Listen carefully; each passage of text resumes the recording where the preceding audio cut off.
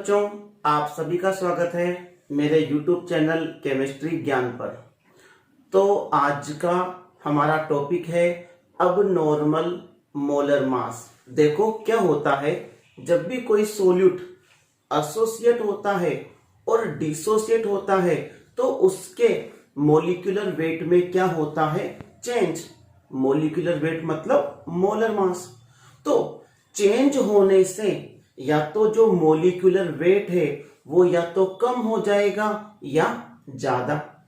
इससे ही हम क्या कहेंगे, अब नॉर्मल मोलर मास। समझते हम, जैसे हम एग्जांपल लेते हैं सोडियम क्लोराइड का। आप लोग मुझे बताएं सोडियम क्लोराइड का मोलिकुलर वेट क्या होता है, 58.5 ग्राम। ठीक, जैसे ही मैं इसको सॉल्वेंट में यानी कि वाटर मान लेता हूं, इसके अंदर मैं इसको डिसोल्व करूंगा तो क्या होगा, ये अपने आयंस में डिसोसिएट हो जाएगा, Na+ Cl-। अब आप मुझे ये बताएं कि पहले एक मोल सोडियम क्लोराइड का वेट कितना था, 58.5 ग्राम। और अब कितने मोल बन गए इसके, 2 मोल। 1 मोल सोडियम क्लोराइड से कितने मोल बन गए, 2 मोल। तो बताओ एक मोल का वेट क्या होगा, 58.5 अपॉन 2, 29.25 ग्राम। समझ रहे हो आप बात को। जब भी डिसोसिएशन होगा तो number of particles of solute क्या करेंगे, इंक्रीज। और एसोसिएशन होगा तो number of particles of solute क्या होंगे, डिक्रीज। तो एक मोल से कितने मोल बन गए, 2 मोल। पहले एक मोल का कितना था, 58.5 ग्राम। अब एक मोल का कितना हो गया, 29.25 ग्राम। बताओ एक मोल का वेट, मोलिकुलर वेट चेंज हुआ कि नहीं हुआ आफ्टर डिसोसिएशन। ऐसे ही होता है एसोसिएशन। एग्जांपल हम देखते हैं, ये तो किसका एग्जांपल दिया मैंने, डिसोसिएशन का। और अब हम किसके एग्जांपल के बारे में बात कर रहे हैं, एसोसिएशन। जैसे कि एसिटिक एसिड ले लीजिए आप लोग। एसिटिक एसिड को जब हम बेंजीन सॉल्वेंट में डिसोल्व करते हैं तो यह एसोसिएट हो जाता है। क्या हो जाएगा, ये एसोसिएट।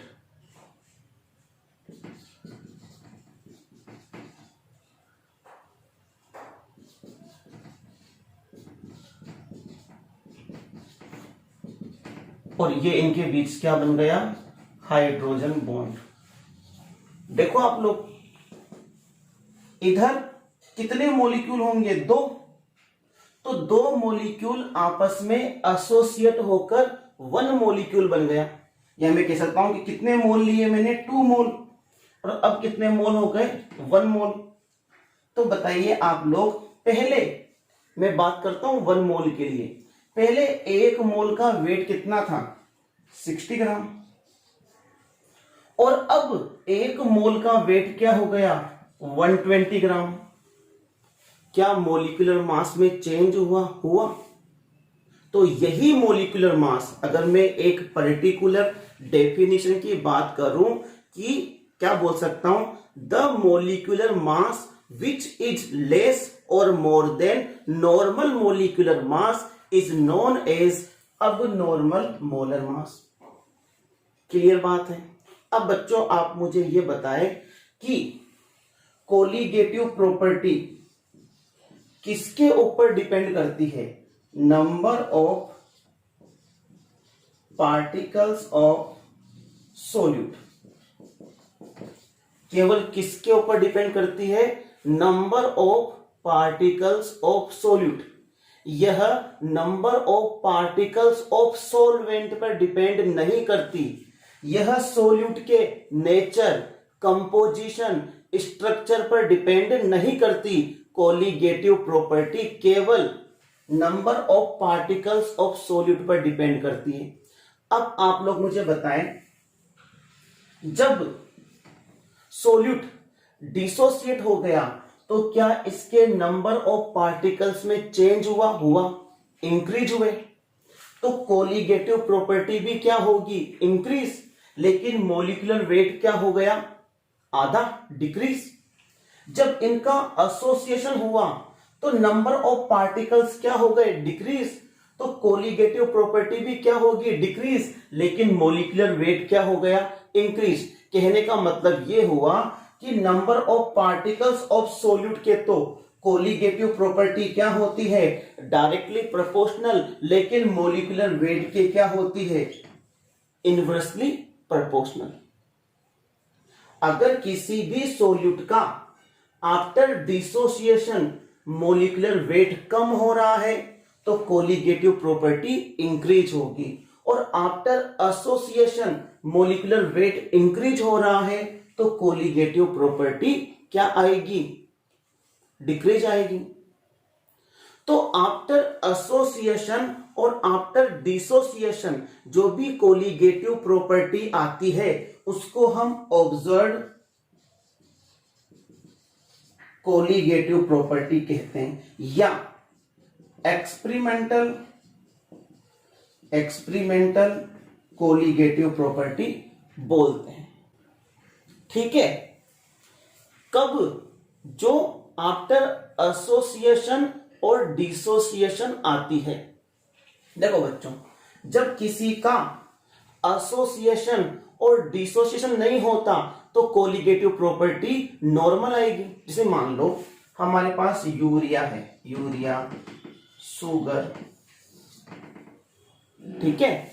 तो जब यूरिया और शुगर होते हैं क्या इनका एसोसिएशन और डिसोसिएशन होता है, क्या नहीं होता। तो क्या मॉलिक्यूलर वेट में चेंज होगा, नहीं होगा। तो इनका क्या मोलर मास अब नॉर्मल आएगा, नहीं आएगा। तो इनकी कोलिगेटिव प्रॉपर्टी में क्या वेरिएशन आएंगे, क्या वो अब नॉर्मल आएगी, नहीं आएगी। लेकिन जिन सब्सटेंस का, जिन सोल्यूट का यह डिसोसिएशन और एसोसिएशन होता है उनकी कोलिगेटिव प्रॉपर्टी में क्या आता है, चेंज। अब अगर हम कोलिगेटिव प्रॉपर्टी को, अगर हम कोलिगेटिव प्रॉपर्टी को नॉर्मल मॉलिक्यूलर वेट से ही फाइंड आउट करेंगे तो हमारा आंसर क्या आएगा, गलत। मैं आपको समझाता हूं। जैसे कि pi is equal to CRT, क्या हो जाएगा, pi is equal to N/V/RT, या क्या हो जाएगा WB/MB/VRT। ठीक है। अब अगर मानो कि हम यहां पर मॉलिक्यूलर वेट, हम इसकी बात कर रहे हैं सोडियम क्लोराइड की। अब अगर मान लो मैं यहां पर सोडियम क्लोराइड का मॉलिक्यूलर वेट 58.5 ग्राम लूंगा तो कोलिगेटिव प्रॉपर्टी जो आएगी वह इसी के अकॉर्डिंग आएगी। क्या मेरा आंसर सही आएगा, नहीं आएगा। क्यों, क्योंकि ये तो सोलवेंट में क्या हो गई, डिसोसिएट हो गई। अगर मैं ऑस्मोटिक प्रेशर का आंसर 60 ग्राम लेके करता हूं तो क्या आंसर सही आएगा, नहीं आएगा, क्योंकि ये तो सोलवेंट में क्या हो गया, एसोसिएट हो गया। तो इस प्रॉब्लम से बचने के लिए वांट हाफ ने एक फैक्टर को इंट्रोड्यूस किया जिसे वांट हाफ फैक्टर कहते हैं और जिसे आई से डिनोट करते हैं। किससे डिनोट करते हैं, आई से। उसने क्या किया, सभी कोलिगेटिव प्रॉपर्टीज के फॉर्मूले में आई को इंक्लूड कर दिया जिससे हमारा आंसर एक्यूरेट आएगा। ठीक है।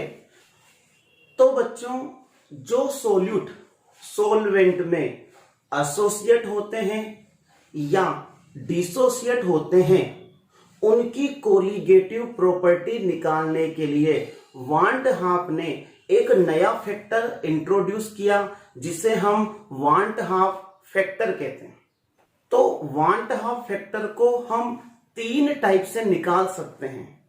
3 टाइप कौन कौन से, जब हमें मॉलिक्यूलर वेट गिवन हो, नॉर्मल और ऑब्जर्व्ड, जब हमें कोलिगेटिव प्रॉपर्टी गिवन हो, नॉर्मल और ऑब्जर्व्ड, और जब हमें डिग्री ऑफ डिसोसिएशन और डिग्री ऑफ एसोसिएशन गिवन हो।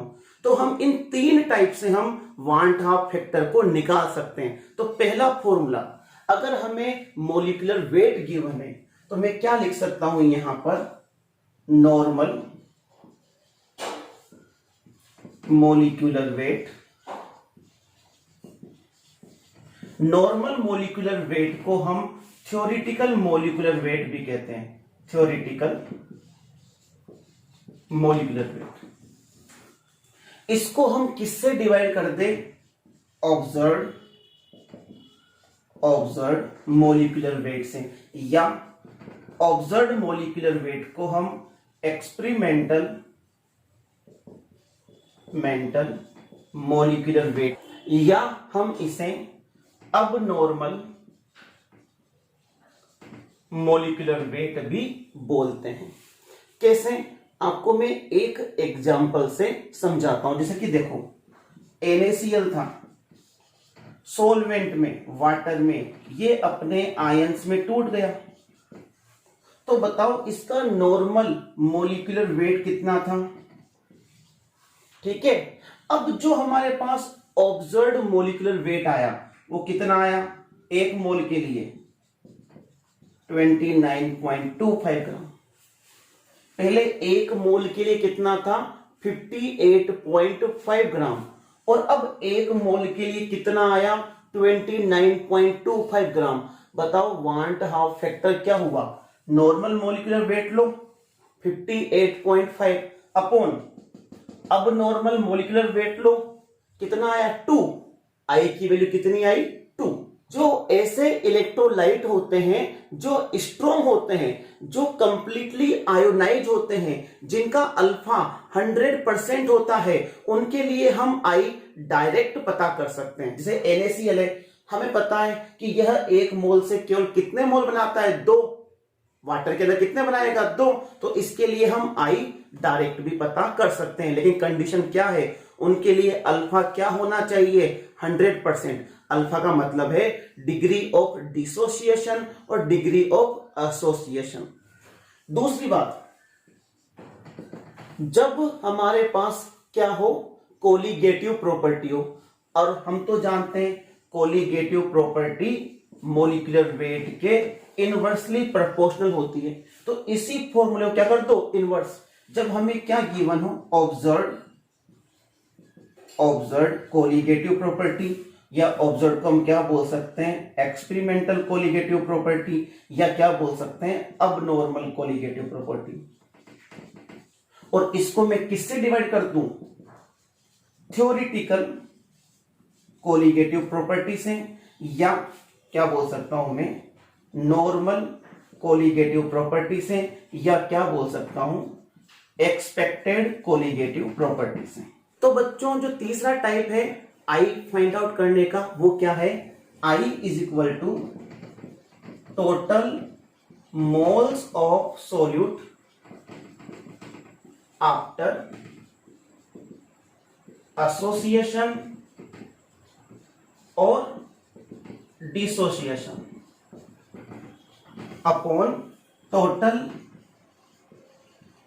Moles of solute before dissociation और एसोसिएशन। ठीक है, यह फॉर्मूला हमारे कहां काम आएगा, जब हमें डिग्री ऑफ डिसोसिएशन गिवन होगा। डिग्री ऑफ डिसोसिएशन और वांट हाफ फैक्टर के बीच में क्या रिलेशन है।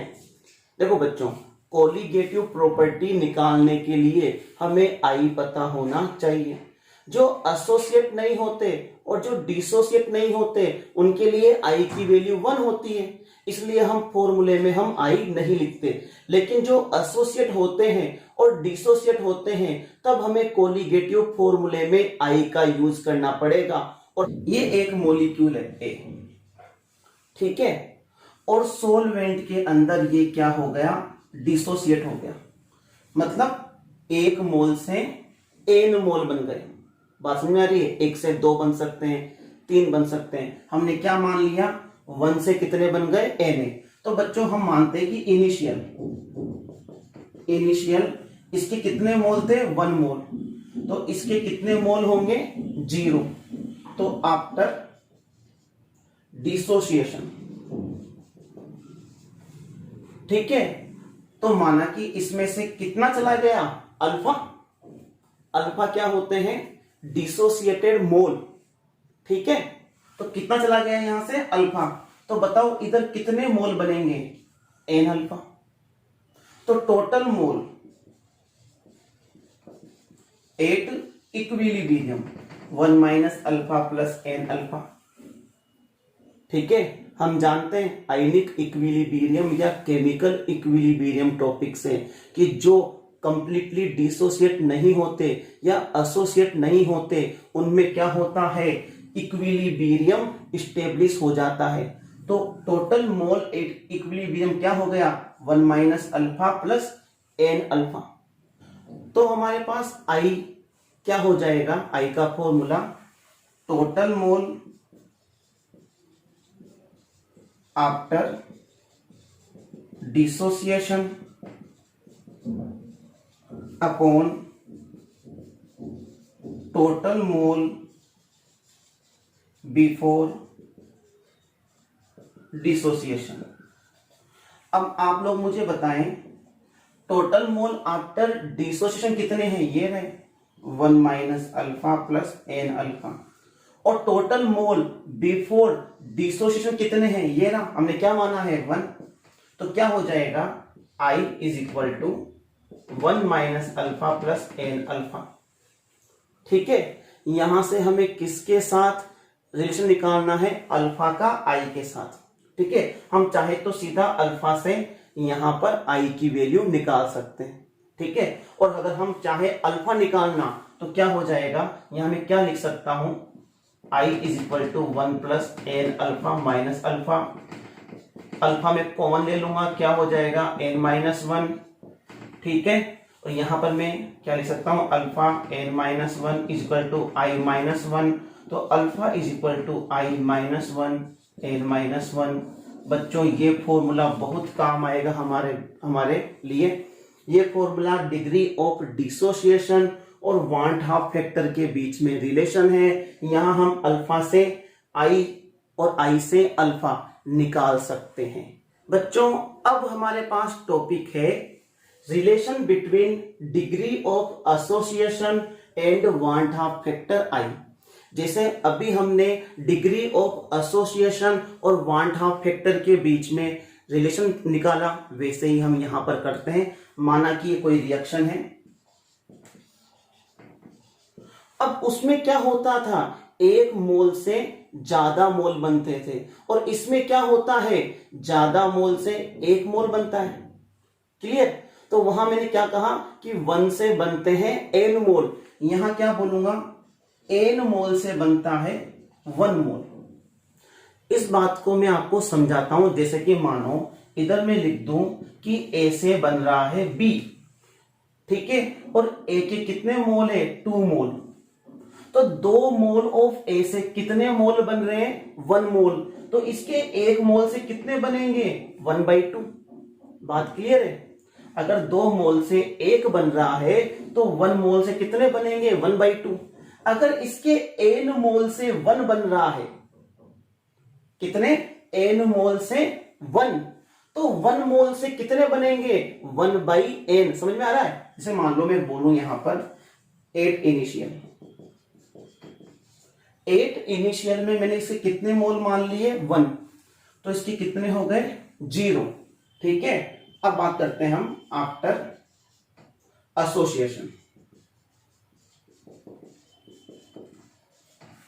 तो 1 है, तो 1 में से कितना होगा जो उधर जाके एसोसिएट हो जाएगा, माना कि अल्फा 1 माइनस अल्फा, तो उधर कितना बनेगा अल्फा बाई एन। इस बात को समझ लेना, मैंने अभी आपको समझाया कि अगर 2 मोल से इधर कितना मोल बन रहा हो 1 मोल, तो 1 से कितना बनेगा 1/2। तो वैसे ही अगर 1 में से कितना जा रहा है अल्फा, तो उधर कितना जाएगा alpha by n. Total moles 8 equilibrium क्या हो जाएंगे, 1 minus alpha plus alpha by n. ठीक है, तो हमारे पास क्या फॉर्मूला हो जाएगा आई का, सेम मोल्स आफ्टर एसोसिएशन कितने हो गए ये 1 minus alpha plus alpha by n, और टोटल कितना माना हुआ है मैंने 1। आगे इसको अपन सोल्व कर लेते हैं जैसे हमने पहले सोल्व किया था। क्या करेंगे 1 plus alpha by N minus alpha, alpha common आ जाएगा तो क्या हो जाएगा 1 बाई एन माइनस 1, यहां से क्या हो जाएगा alpha 1 by N minus 1 I minus 1, और अल्फा क्या हो गया I minus 1 upon n minus 1। ये हमारे पास हो गया relation between degree of association and van't Hoff factor. दोनों फॉर्मूले में केवल एक डिफरेंस है, वहां तो यहां आता था n और यहां आता है 1 बाई एन। ये क्या हुआ मैं समझाता हूं। जैसे कि वहां पर एक मोल डिसोसिएट होके कितने बन गए 2, तो वहां क्या आएगा यहां पर 2, n की वैल्यू क्या हो गई 2। लेकिन अगर 2 मोल एसोसिएट होकर क्या बने 1, तो यहां पर क्या आएगा 1 बाई 2। क्लियर बात है, बात समझ में आ रही है। ये क्या है, number of particles of solute after association और आफ्टर डिसोसिएशन। एक से अगर 3 बनते हैं तो यहां 3 आएगा, और अगर 3 से 1 बनता है तो यहां 1 बाई 3 आएगा। क्लियर बात है, फॉर्मूला इंपॉर्टेंट है, ध्यान रखना। बच्चों मैंने आपको बता दिया जब सोल्यूट डिसोसिएट होता है और एसोसिएट होता है तो कोलिगेटिव प्रॉपर्टी को डिटरमाइन करने के लिए वांट हाफ ने कौन सा फैक्टर दिया, वांट हाफ फैक्टर आई, और उस आई को किस में इंक्लूड किया फॉर्मूलाज में, तो वो क्या होगा फॉर्मूलेस। अब देखो पहले हमारे पास फॉर्मूला था क्या, P nought minus P upon P is equal to X B. लेकिन अगर सोल्यूट डिसोसिएट हो रहा है या एसोसिएट हो रहा है तो यहां पर हम क्या लगा देंगे आई, वांट हाफ फैक्टर जोड़ देंगे। ऐसे ही हमारे पास जो फॉर्मूला था किसके लिए, एलिवेशन इन बॉइलिंग पॉइंट के लिए क्या था, del T B is equal to K B M. लेकिन अगर एसोसिएट और डिसोसिएट हो रहा हो तो क्या लगा देंगे आई। सेम ऐसे ही फॉर्मूला क्या हो जाएगा आई के एफ एम, और ऐसे फॉर्मूला क्या हो जाएगा pi is equal to I C R T. तो बच्चों अगर डिसोसिएट और एसोसिएट नहीं हो रहा है जैसे यूरिया ग्लूकोज, तब तो हम आई यूज नहीं करेंगे। लेकिन अगर कोई आयनिक कंपाउंड है, कोई एसिड है वीक या बेस है, तो वो क्या होते हैं एसोसिएट और डिसोसिएट, तो हम आई यूज करेंगे। जनरली एसोसिएट कौन होते हैं, acetic acid, benzoic acid in benzene. Clear बात है। तो बच्चों अब हमारा टॉपिक है osmotic pressure of mixer of 2 solution. जब हम 2 सॉल्यूशन को मिक्स करेंगे तो ऑस्मोटिक प्रेशर क्या होगा। इसके अंदर बच्चों 2 केस है, केस नंबर 1 गिवन है, और केस नंबर 1 क्या बोल रहा है कि हमने 2 सॉल्यूशन को आपस में मिक्स किया है, लेकिन उनका जो सब्सटेंस है, जो सोल्यूट है, वो तो क्या है सेम, बट दोनों का ऑस्मोटिक प्रेशर क्या है डिफरेंट। इस कंडीशन में जब हमें मिक्सचर का ऑस्मोटिक प्रेशर निकालना होगा तो हम क्या करेंगे, देखो बच्चों सोल्यूट क्या है सेम, तो जब सेम सोल्यूट है तो जो सोल्यूट की जो मोल है वो आपस में क्या होंगे, जुड़ जाएंगे। तो मैं क्या लिख सकता हूं, अगर मेरे पास 2 सॉल्यूशन है तो NR is equal to N1 plus N2। R का मतलब है रिजल्टेंट, ठीक है। अब हम जानते हैं बच्चों कि पाई इज इक्वल टू क्या होता है CRT, या मैं क्या बोल सकता हूं N बाई VRT, या N इज इक्वल टू क्या हो गया पाई VRT। ठीक, तो यहां पर जब वो दोनों जुड़ जाएंगे तो उसके लिए पाई की वैल्यू क्या आएगी, पाई R VR अपॉन RT। ये तो कांस्टेंट रहेंगे। N1 क्या हो जाएगा पाई 1 V1 upon RT plus pi 2 V2 upon RT। RT क्या आ जाएगा कॉमन, और क्या हो जाएगा कैंसिल। ये मैंने RT को कॉमन ले लिया, pi 1 V1 plus pi 2 V2, RT से RT कैंसिल, तो pi R is equal to pi 1 V1 plus pi 2 V2 upon यहां पर हो गया VR। ये VR क्या है, ये इन दोनों सॉल्यूशन का वॉल्यूम जोड़ने पर आता है। इस कंडीशन में ये फॉर्मूला कब अप्लाई करना है हमें, जब हमें सेम सोल्यूट के दो अलग अलग सॉल्यूशन गिवन हो और उनका ऑस्मोटिक प्रेशर गिवन हो, तब हम ये वाला फॉर्मूला अप्लाई करेंगे और हमारे पास क्या आ जाएगा, आंसर। लेकिन जब हमें दो डिफरेंट सोल्यूट गिवन हो, डिफरेंट क्या हो, सोल्यूट, उस कंडीशन में हम ऑस्मोटिक प्रेशर कैसे निकालेंगे देखते हैं। तो बच्चों ऐसी कंडीशन में रिजल्टेंट ऑस्मोटिक प्रेशर निकालने के लिए हम क्या करते हैं देखते हैं। Resultant osmotic pressure is equal to π1 plus π2। उन दोनों के ऑस्मोटिक प्रेशर का हम क्या कर देंगे, सम कर देंगे। लेकिन अगर हमें ऑस्मोटिक प्रेशर गिवन नहीं है तो हम कैसे निकालेंगे, हम क्या लिख सकते हैं, pi R is equal to, और पाई की वैल्यू क्या होती है, n upon V R T. और अगर सोल्यूट क्या हो रहा हो, एसोसिएट या डिसोसिएट, तो फॉर्मूले में क्या आ जाएगा, आई।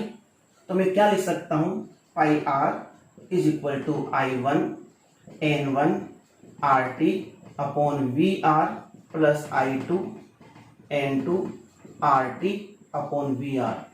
ये मैंने यहां पर वी आर क्यों लिया, क्योंकि मिक्स करने के बाद जो वॉल्यूम है वो तो आपस में क्या हो गए, जुड़ गए, तो हम क्या लेंगे, टोटल वॉल्यूम। अब यहां से हम किसको कॉमन ले लेंगे, RT को और VR को। तो हमारे पास फॉर्मूला क्या बन जाएगा, I1 N1 plus I2 N2 RT upon VR। ये वाला फॉर्मूला ध्यान देना, वो वाला फॉर्मूला कौन सा, pi R equal to π1 V1 plus π2 V2 upon VR। ये फॉर्मूला हमें तब यूज करना है जब दोनों सॉल्यूशन का सोल्यूट क्या हो, सेम हो, तब तो वो आपस में जुड़ जाएंगे। तो यहां पर हमें मोल गिवन नहीं होते। और ये वाला फॉर्मूला हमें कब यूज करना है, जब दोनों के सोल्यूट क्या हो, डिफरेंट हो।